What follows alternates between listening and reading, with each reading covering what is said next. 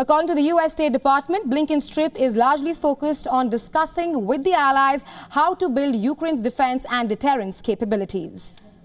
We are partners in trying to find peace in areas of conflict. That remains vitally important.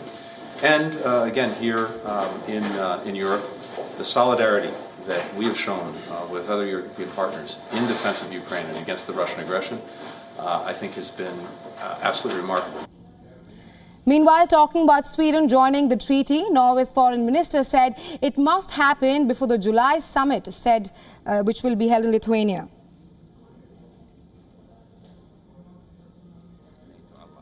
It several times when I had a meeting with the Turkish foreign minister. He can unfortunately not come to this meeting because there is going to be an opening session of the Turkish parliament on Thursday. But I have raised this several times. And Sweden fulfills all the criteria. So there is absolutely no reason for holding Sweden back. Back in Washington, U.S. President Joe Biden has approved a new package of military aid for Ukraine that totals up to $300 million. It includes additional munitions for drones and an array of other weapons.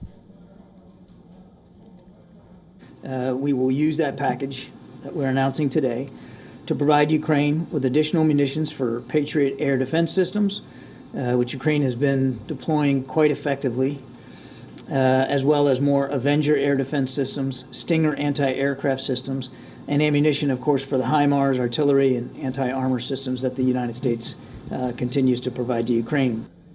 This comes in the light of French President Emmanuel Macron, who is on a visit to Slovakia, urging NATO to provide tangible security guarantees for Ukraine.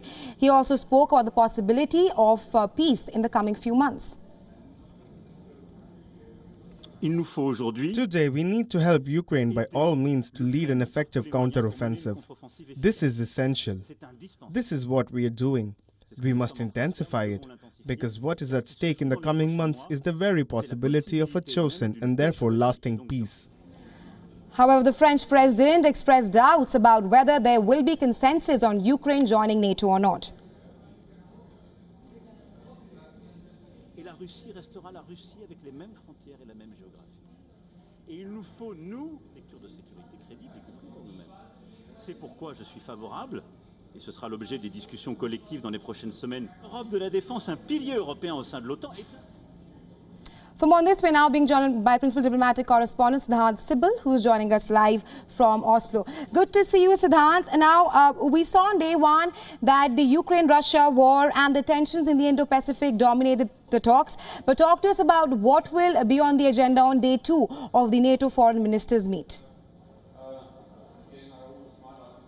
Well, I'm standing inside the Oslo City Hall, and just a short while ago, the NATO SG arrived here. In fact, even as we speak, the NATO SG is addressing the media here. He is talking about the ongoing situation in Ukraine, and also just a short while ago mentioned about how Indo-Pacific will also be a key area of conversation.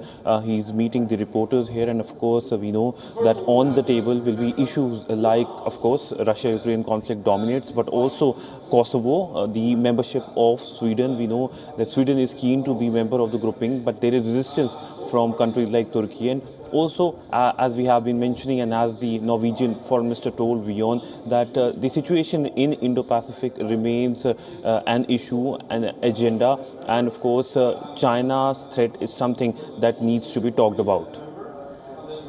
Right, Siddhant, like you mentioned that the Ukraine-Russia war is also on the theme, Sweden's and Ukraine's accession into NATO as well. But talk to us about how are the leaders, the foreign ministers there talking about the growing aggression by China in the Indo-Pacific region? Well, that remains the dominating issue. Just a short while ago, as I talked about the NATO SG himself in his opening remarks to the reporters talked about the situation in the Indo-Pacific. Here in Europe, the Europeans see parallels when it comes to situation in Europe, Russia-Ukraine conflict, with the Chinese aggressive actions in the Indo-Pacific. But largely, we saw the comments by the Chinese President Xi Jinping and his remarks saying that prepare for the worst-case scenario, and also how the situation is developing, whether it's in Taiwan, whether it's border with India, is of major concern. We know that the Chinese have increased their infrastructure build up when it comes to the line of actual control on their side of the line of actual control, and this is something of a worrisome development for India. Since 2020, relationship has fallen because of the Chinese aggressive actions and in Galwan, and in which India lost 20 of its soldiers, and since then relationship has only plummeted. In fact, even as we speak here in Oslo, the Indian External Affairs Minister is in Cape Town, South Africa, where he's expected to meet the Chinese Foreign Minister. And if the meet happens, this will be the second time that both foreign ministers are meeting in a matter of 1 month. But India has made it clear in the various bilaterals with the Chinese Foreign Minister that when it comes to situation and line of actual control, situation needs to be peaceful, and there needs to be a tranquility at the border, and that will be reflective in the larger relationship, something we have seen in past few years. Right, Siddhant, my last question to you. It's the final and the last day of the NATO foreign ministers meet in Oslo. Talk to us about some of the concrete outcomes that can be expected.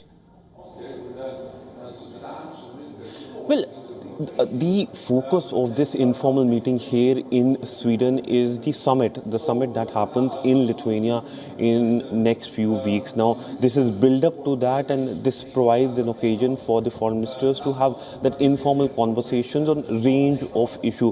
While the Russia-Ukraine conflict dominates the agenda and something that is worrisome development for the European security architecture, we know that it's the membership, the expansion of the grouping, including, of course, the membership of Sweden, that dominates the agenda. The NATO Secretary General just a short while ago again reaffirmed his stance, saying that Sweden should be included in the grouping. While there is resistance from Turkey, with the re-election of Erdogan, focus will be on how there can be a change in stance, and the European capitals will be pressing on Erdogan to change his stance on Sweden. So that remains an essential and a key point at the NATO foreign ministers meeting, which is happening informally here in Oslo. But also, whether it's Kosovo, whether it's Indo-Pacific, those will be the key areas of conversations as well. Right, so now looks like a lot of agendas dominating the meet in Oslo. But thank you so much for joining us on WION and sharing your insights with us. We'll of course be tracking this very closely. Thanks very much.